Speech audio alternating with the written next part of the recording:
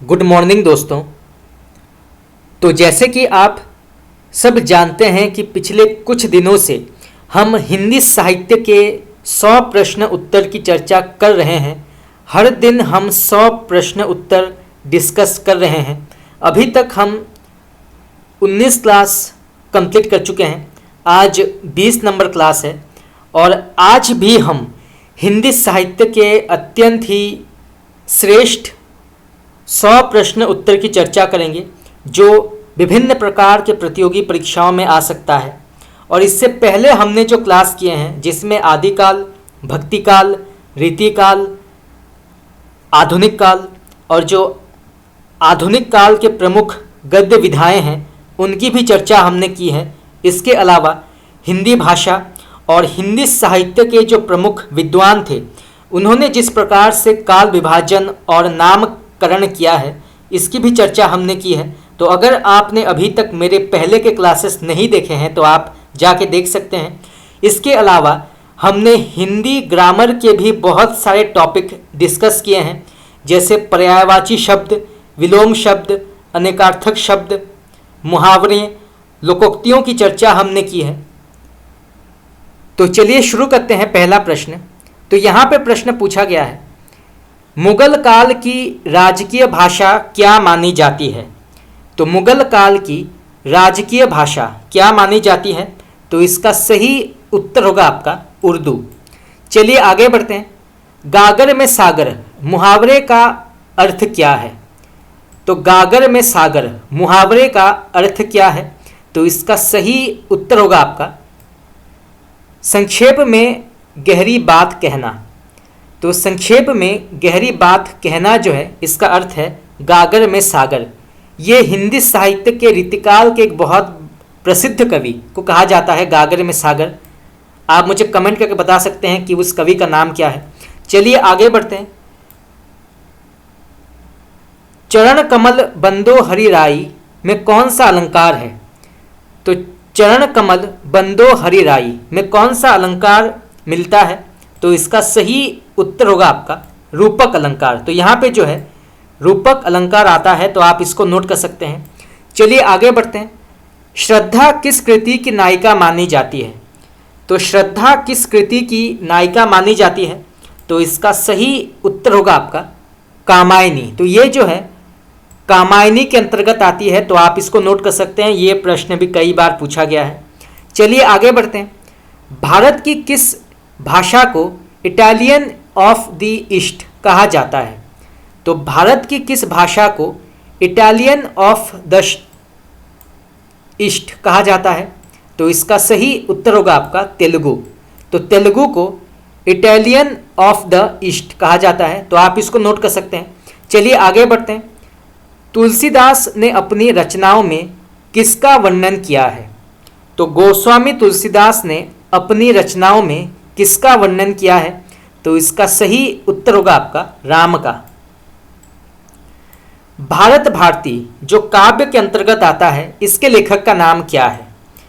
तो भारत भारती जो काव्य के अंतर्गत आता है इसके लेखक का नाम क्या है? तो इसका सही उत्तर होगा आपका मैथिली शरण गुप्त। चलिए आगे बढ़ते हैं। मनोविश्लेषणात्मक शैली के उपन्यासकार का नाम क्या है? तो मनोविश्लेषणात्मक शैली के उपन्यासकार कौन माने जाते हैं? तो इसका सही उत्तर होगा आपका इलाचंद जोशी। इलाचंद जोशी के अलावा जैनेन्द्र कुमार और अज्ञेय ये भी जो है ये मनोविश्लेषण वाद के अंतर्गत आते हैं, तो आप इसको नोट कर सकते हैं। ये प्रश्न भी कई बार पूछा गया है। तो जैनेन्द्र और अज्ञेय ये भी आते हैं। चलिए आगे बढ़ते हैं। देवनागरी लिपि किस प्रकार की लिपि मानी जाती है? तो देवनागरी लिपि जो है ये किस प्रकार की लिपि मानी जाती है? तो इसका सही उत्तर होगा आपका अक्षरात्मक। तो ये जो है अक्षरात्मक के अंतर्गत आती है, तो आप इसको नोट कर सकते हैं। चलिए आगे बढ़ते हैं। आंसू का बहुवचन क्या होता है? तो आंसू का बहुवचन क्या होता है? तो इसका सही उत्तर होगा आपका आंसुओं। चलिए आगे बढ़ते हैं। रामधारी सिंह दिनकर किस रस के कवि माने जाते हैं?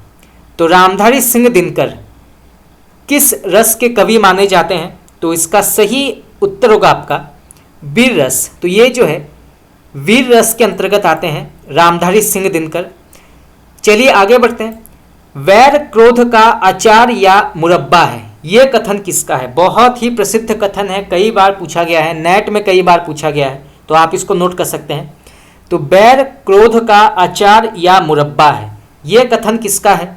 तो इसका सही उत्तर होगा आपका आचार्य रामचंद्र शुक्ल। तो आचार्य रामचंद्र शुक्ल का ये बहुत ही प्रसिद्ध कथन है, वैर क्रोध का अचार या मुरब्बा है। चलिए आगे बढ़ते हैं। साखी के लेखक का नाम क्या है? तो साखी के रचयिता का नाम क्या है? तो इसका सही उत्तर होगा आपका कबीरदास। कबीरदास ने स्वयं कोई भी साखी या शब्द या रमैनी दोहा नहीं लिखा है, क्योंकि वो पढ़ना लिखना नहीं जानते थे। उनके एक शिष्य थे धर्मदास, उन्होंने कबीरदास के सभी दोहों को जो है संकलन किया है। तो यहाँ से कई बार प्रश्न पूछा जाता है, तो आप इसको नोट कर सकते हैं। चलिए आगे बढ़ते हैं।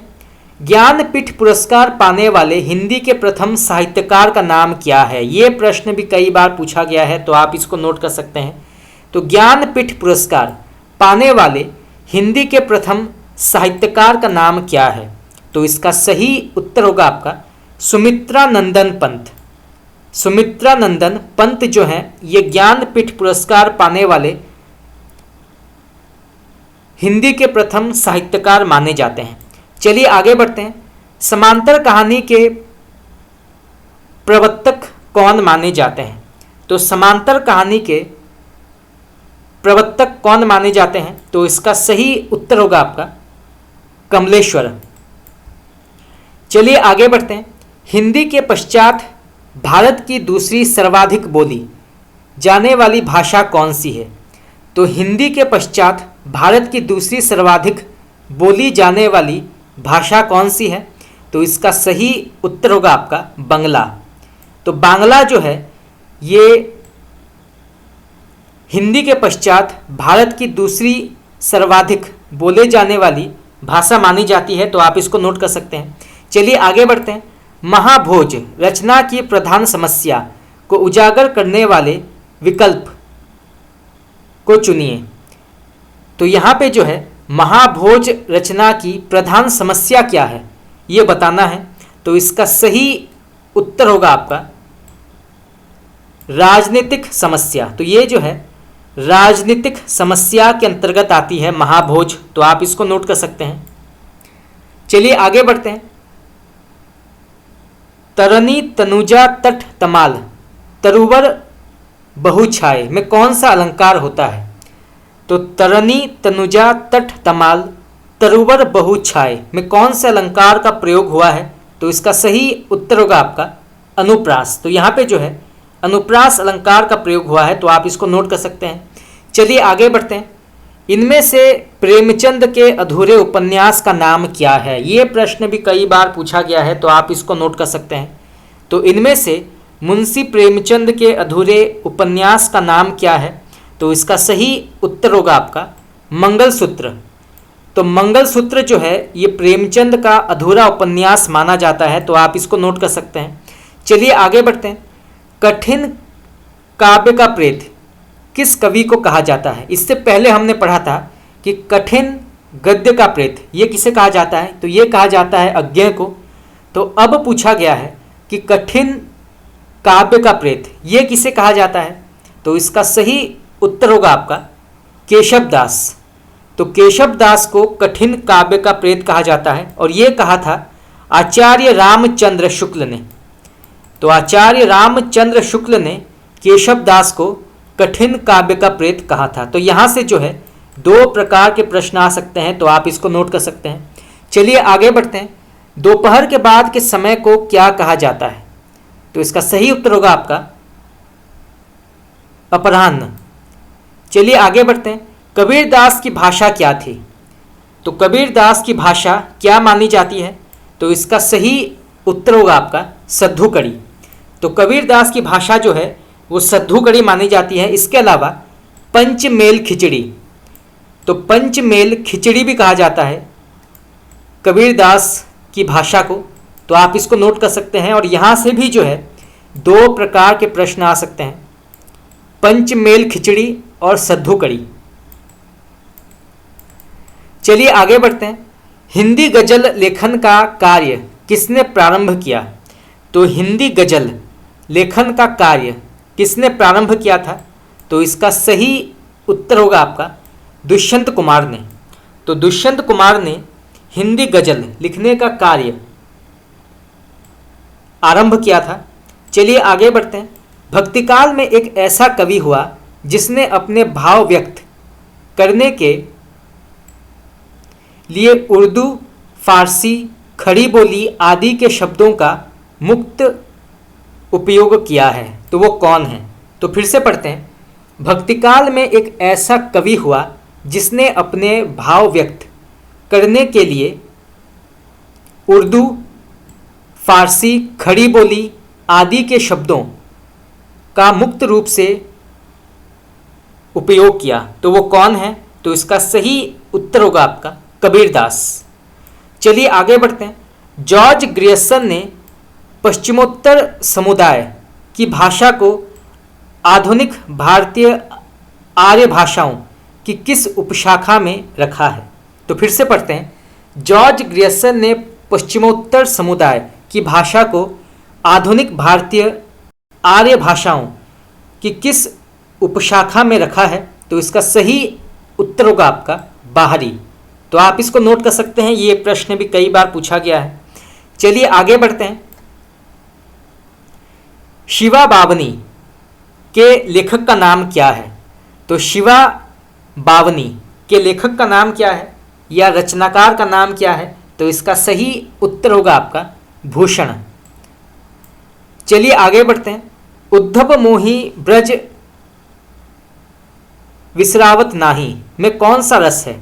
तो उद्धव मोहि ब्रज विसरावत नाही में कौन से रस का प्रयोग हुआ है? तो इसका सही उत्तर होगा आपका श्रृंगार रस। तो इसमें जो है श्रृंगार रस का प्रयोग हुआ है, तो आप इसको नोट कर सकते हैं। चलिए आगे बढ़ते हैं। कौन सी भाषा देव भाषा मानी जाती है? ये प्रश्न भी कई बार पूछा गया है। तो कौन सी भाषा जो है वो देव भाषा मानी जाती है? तो इसका सही उत्तर होगा आपका संस्कृत। तो संस्कृत जो है उसको देव भाषा कहा जाता है। चलिए आगे बढ़ते हैं। कुटज के लेखक का नाम क्या है? तो कुटज के रचयिता का नाम क्या है? तो इसका सही उत्तर होगा आपका आचार्य हजारी प्रसाद द्विवेदी। तो ये जो है आचार्य हजारी प्रसाद द्विवेदी की अत्यंत ही महत्वपूर्ण निबंध मानी जाती है कुटज। तो आप इसको नोट कर सकते हैं। चलिए आगे बढ़ते हैं। निम्नलिखित में से कौन सा शब्द तत्सम है? तो इसका सही उत्तर होगा आपका काल। चलिए आगे बढ़ते हैं। माधुर्य गुण का किस रस में प्रयोग होता है? तो माधुर्य गुण का किस रस में प्रयोग होता है? तो इसका सही उत्तर होगा आपका भयानक। तो भयानक रस में माधुर्य गुण का प्रयोग होता है, तो आप इसको नोट कर सकते हैं। चलिए आगे बढ़ते हैं। क, ख, ग और फ में से कौन सा अक्षर उर्दू से लिया गया है? तो क, ख, ग और फ में से कौन सा अक्षर उर्दू से लिया गया है? तो इसका सही उत्तर होगा आपका फ। फ जो है ये उर्दू से लिया गया है, तो आप इसको नोट कर सकते हैं। चलिए आगे बढ़ते हैं। शौरसेनी, पैशाची, महाराष्ट्री, अर्धमागधी और मागधी ये निम्न में से किस भाषा के 5 भेद हैं? तो फिर से पढ़ते हैं।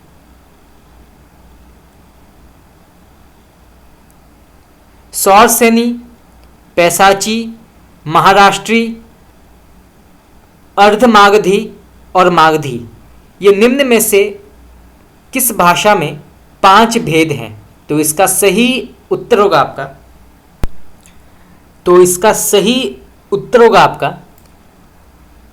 प्राकृत यहाँ पे प्राकृत नहीं दिया गया है, परंतु प्राकृत जो है इसमें 5 भेद होता है। चलिए आगे बढ़ते हैं।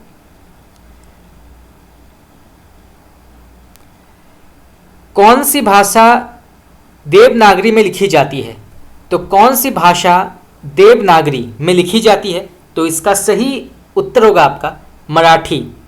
तो मराठी भाषा जो है ये देवनागरी में लिखी जाती है, तो आप इसको नोट कर सकते हैं।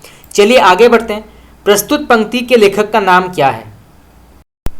2 चरण है, एक तुम हो। तो इस पंक्ति के रचयिता का नाम क्या है? तो इसका सही उत्तर होगा आपका माखन लाल चतुर्वेदी। तो आप इसको नोट कर सकते हैं। चलिए आगे बढ़ते हैं। हिंदी साहित्य के आरंभिक काल को आचार्य रामचंद्र शुक्ल ने क्या कहा है? तो हिंदी साहित्य के आरंभिक काल को आचार्य रामचंद्र शुक्ल ने क्या कहा है? तो इसका सही उत्तर होगा आपका वीर गाथा काल।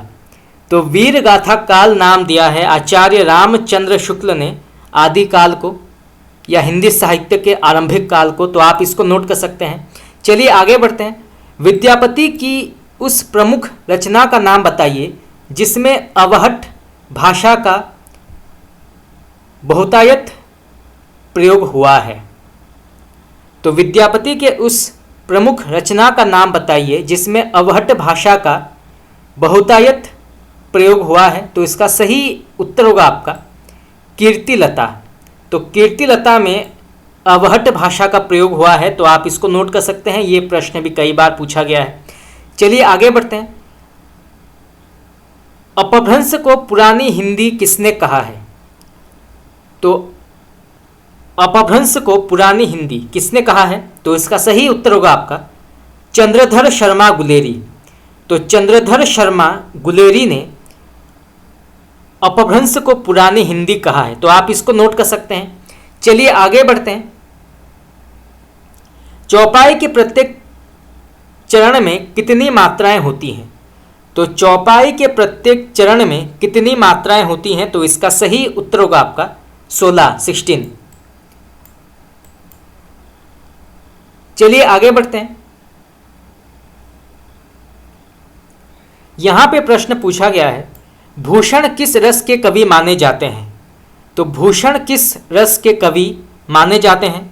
तो इसका सही उत्तर होगा आपका वीर रस। तो ये जो है वीर रस के अंतर्गत आते हैं भूषण कवि। तो आप इसको नोट कर सकते हैं। चलिए आगे बढ़ते हैं। तोड़ती पत्थर कैसी कविता है? तो तोड़ती पत्थर कैसी कविता मानी जाती है? तो इसका सही उत्तर होगा आपका यथार्थवादी। तो ये जो है यथार्थवादी के अंतर्गत आती है तोड़ती पत्थर। चलिए आगे बढ़ते हैं। अनाम दास का पोथा उपन्यास के लेखक का नाम क्या है? ये प्रश्न भी आपका नेट में कई बार पूछा गया है, तो आप इसको नोट कर सकते हैं। तो अनाम दास का पोथा उपन्यास के लेखक का नाम क्या है? तो इसका सही उत्तर होगा आपका आचार्य हजारी प्रसाद द्विवेदी। तो आचार्य हजारी प्रसाद द्विवेदी जो है ये अनाम दास का पोथा उपन्यास के लेखक हैं। और यहाँ से प्रश्न ये भी आ सकता है कि अनाम दास का पोथा ये किस प्रकार के साहित्यिक कृति या किस प्रकार के साहित्यिक विधा के अंतर्गत आती है? तो ये जो है उपन्यास विधा के अंतर्गत आती है। और तोड़ती पत्थर जो है ये कविता के अंतर्गत आती है। चलिए आगे बढ़ते हैं। भिखारीदास की रचना का नाम क्या है? तो भिखारीदास की रचना का नाम क्या है? तो इसका सही उत्तर होगा आपका काव्य निर्णय। चलिए आगे बढ़ते हैं। हिंदी खड़ी बोली किस अपभ्रंश से विकसित हुई है? तो हिंदी खड़ी बोली किस अपभ्रंश से विकसित हुई है? तो इसका सही उत्तर होगा आपका सौर सैनी। चलिए आगे बढ़ते हैं। इस उपन्यास लेखक हैं कमलेश्वर। किन्हें राष्ट्र कवि कहा जाता है? तो हिंदी साहित्य में किसे जो है राष्ट्र कवि कहा जाता है या राष्ट्र कवि की उपाधि जो है किस साहित्यकार को प्राप्त है? तो इसका सही उत्तर होगा आपका रामधारी सिंह दिनकर। तो रामधारी सिंह दिनकर को जो है राष्ट्र कवि कहा जाता है, परंतु मैथिली शरण गुप्त को भी राष्ट्र कवि की उपाधि प्राप्त है। परंतु रामधारी सिंह दिनकर स्वयं को महज डिप्टी राष्ट्र कवि कहते हैं। तो यहाँ से जो है दो प्रकार के प्रश्न आते हैं कि कौन स्वयं को महज डिप्टी राष्ट्र कवि कहते हैं, तो वो है दिनकर, परंतु वास्तव में राष्ट्र कवि कौन है, तो वो है मैथिली शरण गुप्त। चलिए आगे बढ़ते हैं। भाषाओं में से कौन सी भाषा उत्तर प्रदेश में नहीं बोली जाती? तो भाषाओं में कौन सी भाषा जो है वो उत्तर प्रदेश में नहीं बोली जाती? तो इसका सही उत्तर होगा आपका मैथिली भाषा। चलिए आगे बढ़ते हैं। रहीमन पानी राखिए बिन पानी सब सून में कौन सा अलंकार का प्रयोग हुआ है? बहुत ही प्रसिद्ध प्रश्न है, कई बार पूछा गया है ये, तो आप इसको नोट कर सकते हैं। तो रहीमन पानी राखिए बिन पानी सब सून में कौन से अलंकार का प्रयोग हुआ है? तो इसका सही उत्तर होगा आपका श्लेष। तो यहाँ पे जो है श्लेष अलंकार का प्रयोग हुआ है, तो आप इसको नोट कर सकते हैं। चलिए आगे बढ़ते हैं। आचार्य रामचंद्र शुक्ल के निबंध संग्रह का नाम क्या है? तो आचार्य रामचंद्र शुक्ल के निबंध संग्रह का नाम क्या है? तो इसका सही उत्तर होगा आपका चिंतामणि। तो चिंतामणि जो है ये आचार्य रामचंद्र शुक्ल के निबंध संग्रह का नाम है, तो आप इसको नोट कर सकते हैं। चलिए आगे बढ़ते हैं। जहाँ शब्दों, शब्दांशों या वाक्यांशों की आवृत्ति हो किंतु उनके अर्थ भिन्न हो, वहाँ कौन सा अलंकार है? तो फिर से पढ़ते हैं। जहाँ शब्दों, शब्दांशों या वाक्यांशों की आवृत्ति हो किंतु उनके अर्थ भिन्न हो, वहाँ कौन सा अलंकार होता है? तो इसका सही उत्तर होगा आपका यमक। तो यहाँ पे जो है यमक अलंकार होता है। चलिए आगे बढ़ते हैं। प्रथम सूफी प्रेमाख्यानक काव्य के लेखक का नाम क्या है? तो प्रथम सूफी प्रेमाख्यानक काव्य के लेखक का नाम क्या है? तो इसका सही उत्तर होगा आपका मुल्ला दाऊद। चलिए आगे बढ़ते हैं। महात्मा गांधी अंतर्राष्ट्रीय हिंदी विश्वविद्यालय का मुख्यालय कहाँ पर है? तो महात्मा गांधी अंतर्राष्ट्रीय हिंदी विश्वविद्यालय का मुख्यालय कहाँ पर है? तो इसका सही उत्तर होगा आपका वर्धा। वर्धा में है। चलिए आगे बढ़ते हैं। यहाँ पे प्रश्न पूछा गया है मधुशाला के लेखक का नाम क्या है? तो मधुशाला के लेखक का नाम क्या है? तो इसका सही उत्तर होगा आपका हरिवंश राय बच्चन। इसके अलावा मधुबाला, मधुकलश, निशा निमंत्रण ये भी हरिवंश राय बच्चन की अत्यंत ही प्रसिद्ध कृतियाँ हैं, तो आप इसको नोट कर सकते हैं। परंतु मधुशाला जो है इसके लेखक हैं हरिवंश राय बच्चन। चलिए आगे बढ़ते हैं। हिंदी भाषा में वे ध्वनियाँ कौन सी हैं जो दूसरी ध्वनियों की सहायता से बोली या लिखी जाती है? तो फिर से पढ़ते हैं। हिंदी भाषा में वे ध्वनियाँ कौन सी हैं जो दूसरी ध्वनियों की सहायता से बोली या लिखी जाती है? तो उसे क्या कहते हैं? तो इसका सही उत्तर होगा आपका व्यंजन। तो उसे जो है व्यंजन कहते हैं। चलिए आगे बढ़ते हैं। पहले भाषा का प्रयोग किस रूप में हुआ है? तो पहले भाषा का प्रयोग किस रूप में हुआ है? तो इसका सही उत्तर होगा आपका सांकेतिक। तो सांकेतिक तरह से जो है या सांकेतिक तरीके से सबसे पहले भाषा का प्रयोग हुआ है। चलिए आगे बढ़ते हैं। किस रस का संचार भाव उग्रता, गर्व, हर्ष आदि है? तो किस रस का संचारी भाव जो है उग्रता, गर्व, हर्ष आदि है? तो इसका सही उत्तर होगा आपका वीर। तो वीर का जो संचारी भाव है वो उग्रता, गर्व और हर्ष है। चलिए आगे बढ़ते हैं। जहाँ एक ही शब्द के अनेक अर्थ व्यक्त किए गए हों तो वहाँ कौन सा अलंकार होता है? तो जहाँ एक ही शब्द के अनेक अर्थ व्यक्त किए गए हों तो वहाँ कौन सा अलंकार होता है? तो इसका सही उत्तर होगा आपका श्लेष। चलिए आगे बढ़ते हैं। यहाँ पर एक पंक्ति दी गई है, तो बताना है कि इसके कवि कौन है। तो सबसे पहले पंक्ति पढ़ते हैं। जाकी रही भावना जैसी, प्रभु मूरत देखी तिन तैसी। प्रस्तुत पंक्ति के लेखक का नाम क्या है? तो जाकी रही भावना जैसी, प्रभु मूरत देखी तिन तैसी।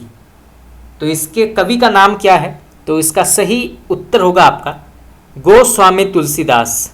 तो तुलसीदास इसके लेखक हैं, तो आप इसको नोट कर सकते हैं। बहुत ही प्रसिद्ध पंक्ति है, कई बार पूछा गया है। चलिए आगे बढ़ते हैं। कौन सा स्त्रीलिंग में प्रयुक्त होता है? तो कौन सा शब्द जो है वो स्त्रीलिंग में प्रयुक्त होता है? तो इसका सही उत्तर होगा आपका ऋतु। चलिए आगे बढ़ते हैं। ट, ठ, ड और ढ वर्णों का प्रयोग कहाँ होता है? तो ट, ठ, ड और ढ वर्णों का प्रयोग कहाँ होता है? तो इसका सही उत्तर होगा आपका ओज। चलिए आगे बढ़ते हैं। भक्तिकालीन कवियों में एक ऐसा ख्याति या प्रसिद्ध रचनाकार है जो अपने काव्य में लोक व्यापी प्रभाव वाले कर्म और लोक व्यापिनी दशाओं के वर्णन में माहिर है। ऐसे रचनाकार का नाम क्या है? तो फिर से पढ़ते हैं। भक्तिकालीन कवियों में एक ऐसा प्रसिद्ध रचनाकार है जो अपने काव्य में लोकव्यापी प्रभाव वाले कर्म और लोक व्यापिनी दशाओं के वर्णन में माहिर है। ऐसे रचनाकार का नाम क्या है? तो इसका सही उत्तर होगा आपका गोस्वामी तुलसीदास। तो आप इसको नोट कर सकते हैं, ये प्रश्न भी कई बार पूछा गया है। चलिए आगे बढ़ते हैं। सर्वनाम में कितने प्रकार होते हैं? तो सर्वनाम में कितने प्रकार होते हैं? तो 6 प्रकार होते हैं। चलिए आगे बढ़ते हैं। प्राण है कि प्यारी है, इसमें अद्भुत रस का प्रयोग हुआ है। चलिए आगे बढ़ते हैं। 19वीं शती की साहित्य सर्जना का मूल हेतु क्या है? तो 19वीं सदी की साहित्य सर्जना का मूल हेतु क्या माना जाता है? तो इसका सही उत्तर होगा आपका पराधीनता का बोध। तो पराधीनता का बोध जो है ये 19वीं सदी की साहित्य सर्जना का मूल हेतु माना जाता है। तो आप इसको नोट कर सकते हैं। चलिए आगे बढ़ते हैं। भूषण की कविता का प्रधान स्वर क्या है? तो भूषण की कविता का प्रधान स्वर क्या माना जाता है? तो इसका सही उत्तर होगा आपका प्रशस्ति परक। तो प्रशस्ति परक जो है ये भूषण की कविता का प्रधान स्वर माना जाता है। तो आप इसको नोट कर सकते हैं। चलिए आगे बढ़ते हैं। कौन सी रचना रामधारी सिंह दिनकर की मानी जाती है? तो कौन सी रचना जो है रामधारी सिंह दिनकर की मानी जाती है? तो इसका सही उत्तर होगा आपका उर्वशी। बहुत ही प्रसिद्ध रचना है दिनकर जी की। तो आप इसको नोट कर सकते हैं। चलिए आगे बढ़ते हैं। प्रस्तुत पंक्तियों के रचयिता का नाम क्या है? तो पंक्ति पढ़ते हैं। देव तुम्हारे कई उपासक कई ढंग से आते हैं, सेवा में बहुमूल्य भेंट वे कई रंग की लाते हैं। तो इस पंक्ति के रचनाकार का नाम क्या है? तो फिर से पढ़ते हैं। देव तुम्हारे कई उपासक कई ढंग से आते हैं, सेवा में बहुमूल्य भेंट वे कई रंग के लाते हैं। तो इस पंक्ति के रचनाकार का नाम क्या है? तो इसका सही उत्तर होगा आपका सुभद्रा कुमारी चौहान। बहुत ही प्रसिद्ध पंक्ति है, कई बार पूछा गया है। तो आप इसको नोट कर सकते हैं। चलिए आगे बढ़ते हैं। अपभ्रंश शब्द का प्रयोग सबसे पहले किसने किया था? तो अपभ्रंश का प्रयोग सबसे पहले किसने किया था? तो इसका सही उत्तर होगा आपका पतंजलि ने। तो पतंजलि ने सबसे पहले अपभ्रंश शब्द का प्रयोग किया था। तो आप इसको नोट कर सकते हैं। चलिए आगे बढ़ते हैं। हिंदी के प्रथम गद्यकार कौन माने जाते हैं? ये प्रश्न भी कई बार पूछा गया है, तो आप इसको नोट कर सकते हैं। तो हिंदी के प्रथम गद्यकार कौन माने जाते हैं? तो इसका सही उत्तर होगा आपका लल्लू लाल। तो लल्लू लाल हिंदी के प्रथम गद्यकार माने जाते हैं। चलिए आगे बढ़ते हैं। किसमें तमिल एक प्रमुख भाषा है? तो किस देश में तमिल एक प्रमुख भाषा है भारत के अलावा? तो इसका सही उत्तर होगा आपका सिंगापुर। चलिए आगे बढ़ते हैं। पंचवटी शब्द में कौन सा समास है? तो पंचवटी शब्द में कौन सा समास मिलता है? तो इसका सही उत्तर होगा आपका बहुब्रीहि। श्रद्धा किस कृति की नायिका मानी जाती है? तो श्रद्धा किस कृति की नायिका मानी जाती है? तो इसका सही उत्तर होगा आपका कामायनी। तो श्रद्धा जो है ये कामायनी की नायिका मानी जाती है। इसके अलावा ईड़ा, मनु, मानव ये भी जो है ये कामायनी के अंतर्गत आते हैं, तो आप इसको नोट कर सकते हैं। चलिए आगे बढ़ते हैं। नीलगाय में कौन सा समास होता है? तो इसमें जो है कर्मधारय होता है। चलिए आगे बढ़ते हैं। ईदगाह कहानी के रचनाकार का नाम क्या है? तो इसके लेखक हैं मुंशी प्रेमचंद। चलिए आगे बढ़ते हैं। यहाँ पर एक पंक्ति दी गई है, तो बताना ये पंक्ति जो है इसमें कौन सा रस है। तो सबसे पहले पंक्ति पढ़ते हैं। शोभित कर नवनीत लिए, घुटरुनी चलत रेणु तन, मंडित मुख दधी लेप किए। तो इस पंक्ति में कौन से रस का प्रयोग हुआ है? तो फिर से पढ़ते हैं। शोभित कर नवनीत लिए, घुटरुनी चलत रेणु तन, मंडित मुख दधी लेप किए। तो इसका सही उत्तर होगा आपका वात्सल्य रस। तो इसमें जो है वात्सल्य रस का प्रयोग हुआ है, तो आप इसको नोट कर सकते हैं। चलिए आगे बढ़ते हैं। वीर रस का स्थायी भाव क्या होता है? तो इसका सही उत्तर होगा आपका उत्साह। चलिए आगे बढ़ते हैं। भाषा के शुद्ध रूप का ज्ञान किससे होता है? तो भाषा के शुद्ध रूप का ज्ञान किससे होता है? तो इसका सही उत्तर होगा आपका व्याकरण से। तो व्याकरण से भाषा के शुद्ध रूप का ज्ञान होता है। चलिए आगे बढ़ते हैं। हिंदी भाषा बोलने वाले भारतीयों का प्रतिशत लगभग कितना है? तो हिंदी भाषा बोलने वाले भारतीयों का प्रतिशत लगभग कितना माना जाता है? तो इसका सही उत्तर होगा आपका 40%। चलिए आगे बढ़ते हैं। आदिकाल में किस कवि ने अवहट भाषा में रचना की? तो आदिकाल में किस कवि ने अवहट भाषा में रचना की, उसका नाम क्या है? तो इसका सही उत्तर होगा आपका अब्दुल रहमान। तो अब्दुल रहमान ने अवहट भाषा में रचना की आदिकाल में, तो आप इसको नोट कर सकते हैं। चलिए आगे बढ़ते हैं। प्रयोगवाद को बैठे ठाले का धंधा किस आलोचक ने कहा है? ये प्रश्न भी कई बार पूछा गया है। तो प्रयोगवाद को बैठे ठाले का धंधा किस आलोचक ने कहा है? तो इसका सही उत्तर होगा आपका आचार्य नंद दुलारे वाजपेयी ने। तो आचार्य नंद दुलारे वाजपेयी ने प्रयोगवाद को बैठे ठाले का धंधा कहा है। चलिए आगे बढ़ते हैं। पृथ्वी का पर्यायवाची शब्द कौन सा है? तो पृथ्वी का एक पर्यायवाची शब्द है रत्नगर्भा। ये पूछा गया था नेट में, तो आप इसको नोट कर सकते हैं। पीजीटी और टीजीटी में पूछा गया था।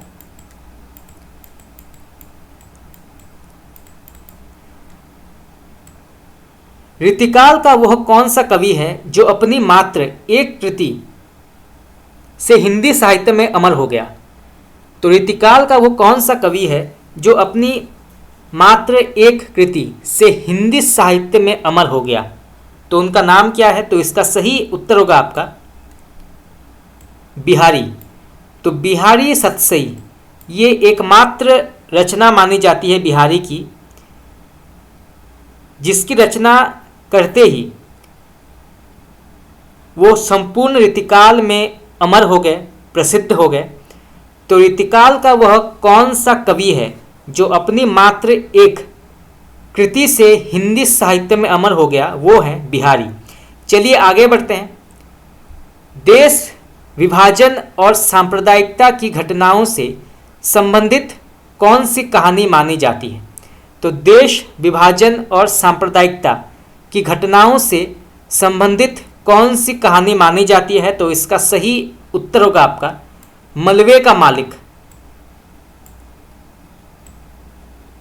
इसमें जो है एक बूढ़ा पात्र है, वो भारत आता है अपने पुराने घर को देखने के लिए, गलियों को देखने के लिए, और जब वो देखता है कि उसके पुराने घर की अवस्था क्या है तब वो रो पड़ता है और उस जगह पर एक व्यक्ति होता है जो उस बूढ़े व्यक्ति का जो घर होता है उसको कब्जे में ले लेता है। परंतु ये बात जो है उस बूढ़े व्यक्ति को मालूम नहीं होती और वो बहुत अच्छी तरह से उसके साथ बातचीत करता है, उससे अपने दुख सुख बांटता है। परंतु उसे ये मालूम नहीं है कि जिससे वो दुख सुख बांट रहा है वही उसके घर को हड़प कर बैठा है। तो ये जो है बताया गया है मलबे का मालिक में। चलिए आगे बढ़ते हैं। किस रस को रसराज कहा जाता है? तो किस रस को रसराज कहा जाता है? तो उसका नाम क्या है? तो इसका सही उत्तर होगा आपका श्रृंगार रस। तो श्रृंगार रस को रसराज कहा जाता है, तो आप इसको नोट कर सकते हैं। चलिए आगे बढ़ते हैं। भारतीय आर्यों की भाषा में ट वर्ग की ध्वनियाँ किसकी देन है? तो भारतीय आर्यों की भाषा में ट वर्ग की ध्वनियाँ किसकी देन है? तो इसका सही उत्तर होगा आपका द्रविड़ भाषाओं की। चलिए आगे बढ़ते हैं। विसलदेव रासो के रचनाकार का नाम क्या है? तो विसलदेव रासो के लेखक का नाम क्या है? तो इसका सही उत्तर होगा आपका नरपति नालह। तो नरपति नालह जो है ये विसलदेव रासो के लेखक माने जाते हैं, तो आप इसको नोट कर सकते हैं। चलिए आगे बढ़ते हैं। गीला कहानी के लेखक का नाम क्या है? तो गीला कहानी के लेखक का नाम क्या माना जाता है? तो इसका सही उत्तर होगा आपका प्रेमचंद। कालिदास की अंतिम रचना अभिज्ञान शाकुंतलम का हिंदी अनुवाद किसने किया था? ये प्रश्न भी कई बार पूछा गया है, नेट में कई बार पूछा गया है, तो आप इसको नोट कर सकते हैं।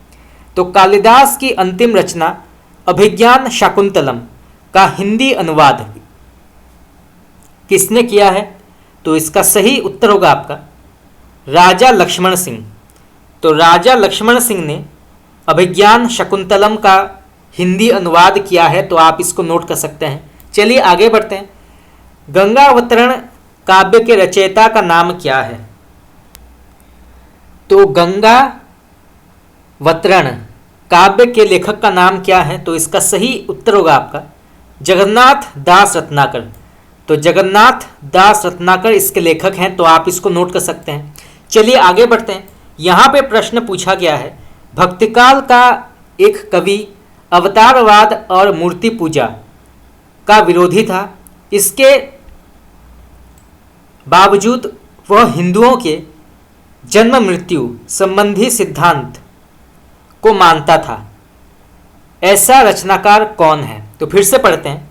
भक्तिकाल का एक कवि अवतारवाद और मूर्ति पूजा का विरोधी था, इसके बावजूद वह हिंदुओं के जन्म मृत्यु संबंधी सिद्धांत को मानता था। तो उस लेखक का नाम क्या है या उस रचनाकार का नाम क्या है? तो इसका सही उत्तर होगा आपका कबीर। चलिए आगे बढ़ते हैं। 2007 का 8वां विश्व हिंदी सम्मेलन कहाँ आयोजित हुआ था? ये प्रश्न भी कई बार पूछा गया है, तो आप इसको नोट कर सकते हैं। तो 2007 का 8वां विश्व हिंदी सम्मेलन कहाँ आयोजित हुआ था?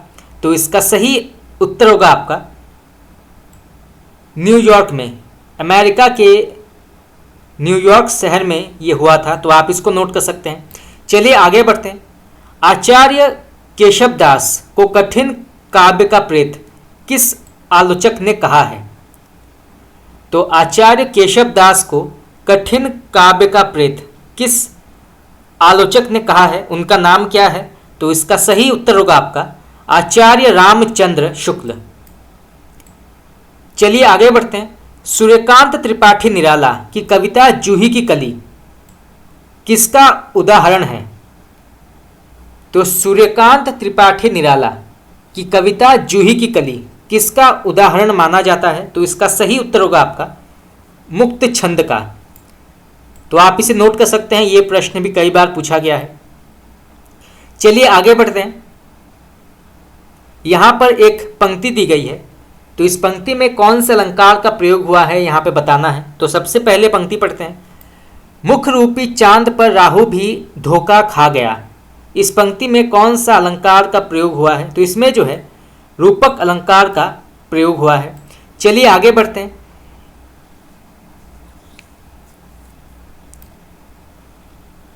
मुगल काल में किस भाषा को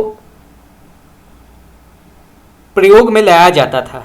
तो मुगल काल में किस भाषा को प्रयोग में लाया जाता था? तो इसका सही उत्तर होगा आपका उर्दू। चलिए आगे बढ़ते हैं। रसोई घर में कौन सा समास है?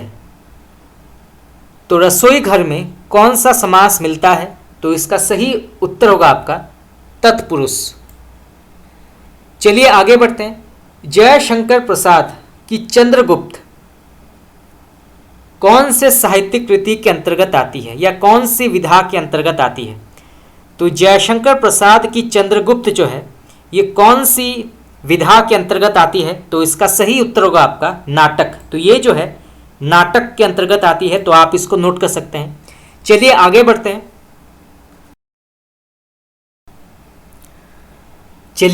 बढ़ते हैं।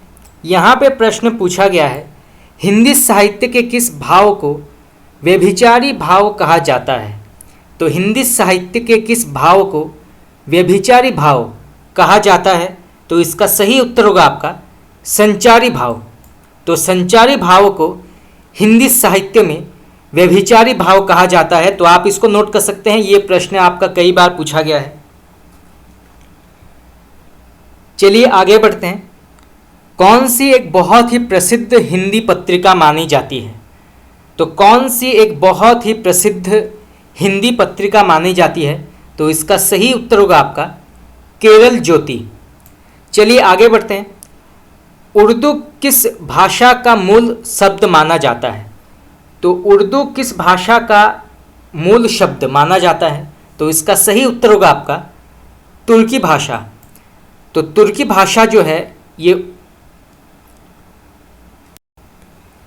ये उर्दू भाषा का एक मूल भाषा माना जाता है। तो आप इसको नोट कर सकते हैं। चलिए आगे बढ़ते हैं। एक भारतीय आत्मा नाम से कविता की रचना किसने की थी? तो एक भारतीय आत्मा नाम से कविता की रचना किसने की थी? तो इसका सही उत्तर होगा आपका माखनलाल चतुर्वेदी ने। तो माखनलाल चतुर्वेदी ने एक भारतीय आत्मा के नाम से कविता की रचना की थी। तो आप इसको नोट कर सकते हैं। चलिए आगे बढ़ते हैं। राष्ट्रीय नाट्य विद्यालय कहाँ पर है? तो राष्ट्रीय नाट्य विद्यालय कहाँ पर है? तो इसका सही उत्तर होगा आपका नई दिल्ली। चलिए आगे बढ़ते हैं। हिंदी साहित्य के इतिहास के पहले लेखक का नाम क्या है? तो हिंदी साहित्य के इतिहास का पहला लेखक का नाम क्या है? तो इसका सही उत्तर होगा आपका गारसादातासी। चलिए आगे बढ़ते हैं। मसी कागद छुयो नहीं, कलम गही नहीं हाथ, प्रस्तुत पंक्ति के लेखक का नाम क्या है? तो मसी कागद छुयो नहीं, कलम गही नहीं हाथ, प्रस्तुत पंक्ति के लेखक का नाम क्या है? तो इसका सही उत्तर होगा आपका कबीरदास। तो कबीरदास इसके लेखक हैं। यहाँ पे कबीरदास ये कहना चाहते हैं कि वो बिल्कुल भी पढ़े लिखे नहीं हैं और मैंने आज तक कभी भी कागज़ को हाथ नहीं लगाया है, ना ही कलम को, तो मुझे पढ़ना लिखना नहीं आता है। इसीलिए वो कहते हैं कि पोथी पढ़ी पढ़ी जगमुआ पंडित भया ना कोय, 2.5 अक्षर प्रेम के पढ़े सो पंडित होए। इसीलिए जो है वो पढ़े लिखे नहीं थे, परंतु वो जीवन को बहुत अच्छा समझते थे। चलिए आगे बढ़ते हैं। जीवन में हास्य का महत्व इसीलिए है कि वह जीवन को क्या बनाता है। तो जीवन में हास्य का महत्व इसीलिए है क्योंकि वह जीवन को क्या बनाता है। तो इसका सही उत्तर होगा आपका सरस बनाता है। चलिए आगे बढ़ते हैं। रामचरितमानस में कितने कांड होते हैं? बहुत ही महत्वपूर्ण ये प्रश्न है, कई बार पूछा गया है, नेट में कई बार पूछा गया है, टीजीटी पीजीटी में कई बार पूछा गया है, तो आप इसको नोट कर सकते हैं।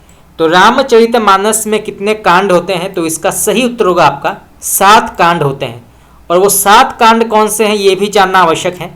तो वो 7 कांड जो हैं वो हैं, तो सबसे पहले आता है बालकांड, फिर अयोध्या कांड, फिर अरण्य कांड, फिर किष्किंधा कांड, फिर सुंदर कांड, फिर लंका कांड और फिर उत्तर कांड। लंका कांड को जो है युद्ध कांड भी कहा जाता है। तो बाल कांड, अयोध्या कांड, अरण्य कांड, किष्किंधा कांड, सुंदर कांड, लंका कांड या युद्ध कांड और उत्तर कांड, तो ये 7 महत्वपूर्ण रामचरितमानस के कांड हैं। तो आप इनको नोट कर सकते हैं, ये कई बार पूछा गया है। चलिए आगे बढ़ते हैं। अर्थ के आधार पर वाक्य के कितने भेद होते हैं? तो अर्थ के आधार पर वाक्य के कितने भेद होते हैं? तो इसका सही उत्तर होगा आपका 8 भेद होते हैं। तो दोस्तों इसी के साथ हमारा आज का क्लास यहाँ पे समाप्त हुआ। आज हमने कुछ और 100 महत्वपूर्ण हिंदी साहित्य के प्रश्न उत्तर आज हमने डिस्कस किए, जो कई बार पूछा गया है और पूछा जा सकता है। आगे हम और भी बहुत सारे क्लासेस करेंगे। आगे हम हिंदी साहित्य के MCQs जो हैं उसकी चर्चा करेंगे, जिसमें आदिकाल, भक्तिकाल, रीतिकाल, आधुनिक काल, हिंदी भाषा, काल विभाजन और नामकरण से जुड़े प्रश्न उत्तर की भी चर्चा करेंगे। तो आज के लिए इतना ही। अगर आप लोगों को मेरा क्लास पसंद आया तो आप मुझे कमेंट करके बता सकते हैं। Thank you very much.